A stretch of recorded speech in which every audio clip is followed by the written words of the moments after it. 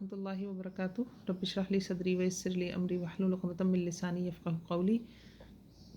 سورہ نازعات آیت نمبر 32 سے 33 34 سے دیکھیں گے۔ اعوذ باللہ من الشیطان الرجیم، بسم اللہ الرحمن الرحیم۔ فَإِذَا جَاءَتِ الطَّامَّةُ الْكُبْرىٰ، اور پھر جب آ جائے گی آفت۔ کون سی آفت؟ الکبریٰ، بہت بڑی۔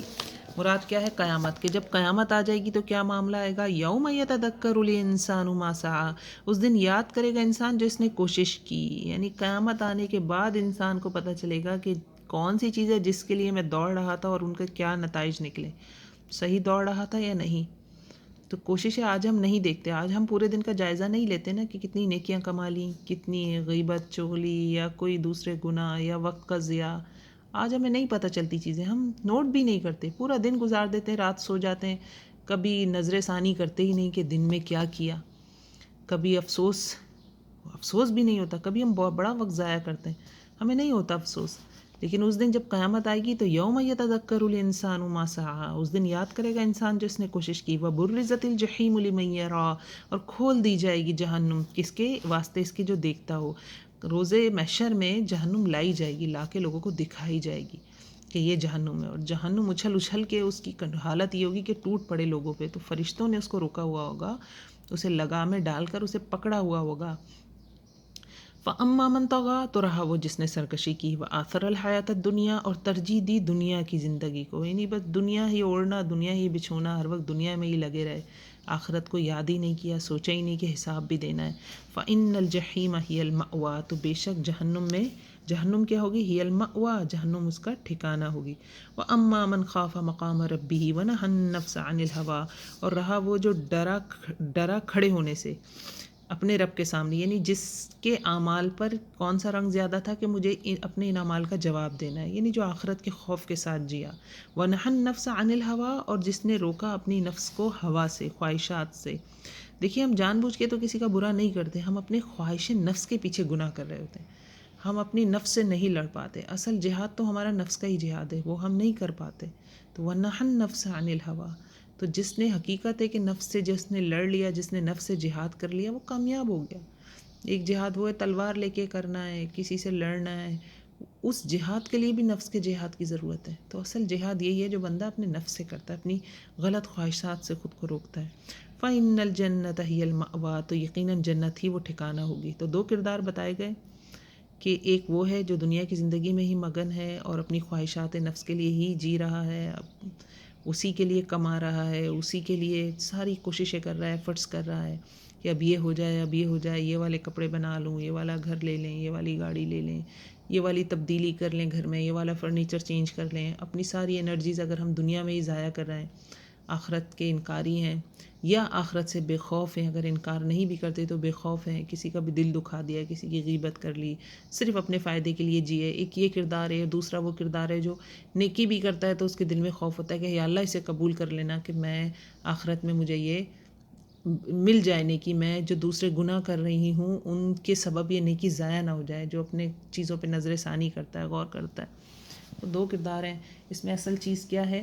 بہت اللہ نے زور نہیں ڈالا، بوجھ نہیں ڈالا۔ وَنَهَى النَّفْسَ عَنِ الْهَوَىٰ، یعنی وہ خواہشات جو ہمیں تباہی کی طرف لے جاتی ہیں، تو وہ کردار جو ان خواہشات سے اپنی نفس کو روکے۔ فَإِنَّ الْجَنَّةَ هِيَ الْمَأْوَىٰ، تو جنت ہی اس کا ٹھکانہ ہے۔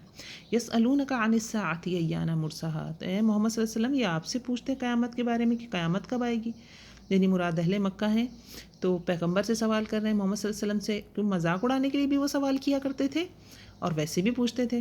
فِيمَ أَنْتَ مِنْ ذِكْرَاهَا، تو آپ کا تو کوئی اس کے ذکر میں کوئی بیچ ہے ہی نہیں، یعنی آپ کو تو کچھ پتہ ہی نہیں ہے قیامت کے حوالے سے کہ کب آئے گی۔ اللہ جب چاہے گا تب آئے گی، تو اللہ کی اتھارٹی ہے، اللہ کی مرضی ہے۔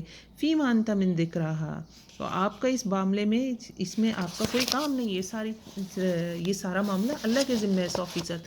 اِلَىٰ رَبِّكَ مُنْتَهَاهَا، تیری رب کی طرف اس کی انتہا ہے، یعنی قیامت کا قائم ہونا، کب قائم ہوگی یہ ایگزیکٹ علم کس کو ہے؟ اللہ رب العزت کو ہی ہے۔ قیامت کی کچھ نشانیاں اللہ نے بیان کی قرآن میں، اور جو کچھ محمد صلی اللہ علیہ وسلم نے بیان کی، لیکن اس کی انتہا جو ہے وہ کس کے پاس ہے؟ وہ اللہ رب العزت کے ہی پاس ہے، اصل علم اللہ کے پاس ہے۔ اِنَّمَا أَنْتَ مُنذِرُ مَن يَخْشَاهَا، بے شک تو خبردار کرنے والا ہے من یخشاہا، اس کو جو ڈرتا ہو اس سے. یعنی ہماری بھی کوشش یہ نہیں ہے کہ ہم حساب کتاب لگاتے پھریں کہ قیامت کب آئے گی قیامت کب آئے گی. اصل چیز یہ ہے کہ قیامت کی تیاری کریں، اس کے ڈر سے اس کی تیاری کریں. اس میں کیا ہے، موت بھی تو قیامت سکھ رہا ہے، تو بندہ اپنی موت کی تیاری کرے، مرنے کے بعد جو معاملات سوال جواب ہونے ہیں، جو حساب کتاب ہونا ہے، ان کی تیاری کریں. کأنہم یوم یرونہا، اللہ رب العزت فرما رہے ہیں آج یہ پیچھے لگے ہیں قیامت کب آئے گی، اگر ہو تم تو واقعی قیامت قائم کر کے دکھا دو، اور یا عذاب ہم پر لے آؤ، یعنی موت مراد ہو گئی. تو اللہ رب العزت فرما رہے ہیں یہ بحثیں کرتے ہیں کأنہم یوم یرونہا لم یلبثوا الا عشیۃ او ضحاہا. تو جس دن وہ گویا اس کو دیکھ لیں گے نا، تو انہیں لگے گا کہ دنیا کی زندگی میں صرف کیسے ٹھہرے، شام کا وقت یا صبح کا وقت. یعنی مرنے کے بعد انسان کو اپنی پچھلی زندگی ایک دن سے بھی کم معلوم ہوگی. اور ہم اس آیت کو بہت اچھی طرح سمجھ سکتے ہیں کیونکہ ہمارا معاملہ ایسے ہی ہے. آج ہم اپنی پیچھے زندگی پہ نظر ڈالیں تو ہمیں ایسا لگتا ہے کہ ابھی تو ہم بچے تھے، یا ابھی تو ہم 20 سال کے تھے، یا ابھی تو ہم 18 سال کے تھے، یا ابھی تو ہم 25 سال کے تھے، یا ابھی تو ہم 8 سال کے تھے.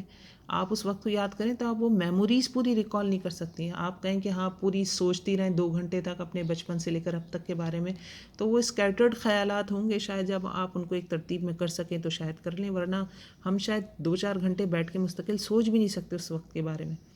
تو کہاں یہ کہ ہم نے سالوں کی زندگی گزاری ہے. تو موت کے بعد، قیامت قائم ہونے کے بعد دنیا اور جو قبر میں وقت گزارا ہے، جو حشر قائم ہونے تک کا وقت تھا، وہ کیسے ہوگا؟ جیسے کچھ لمحے، بس کوئی ایک پہر.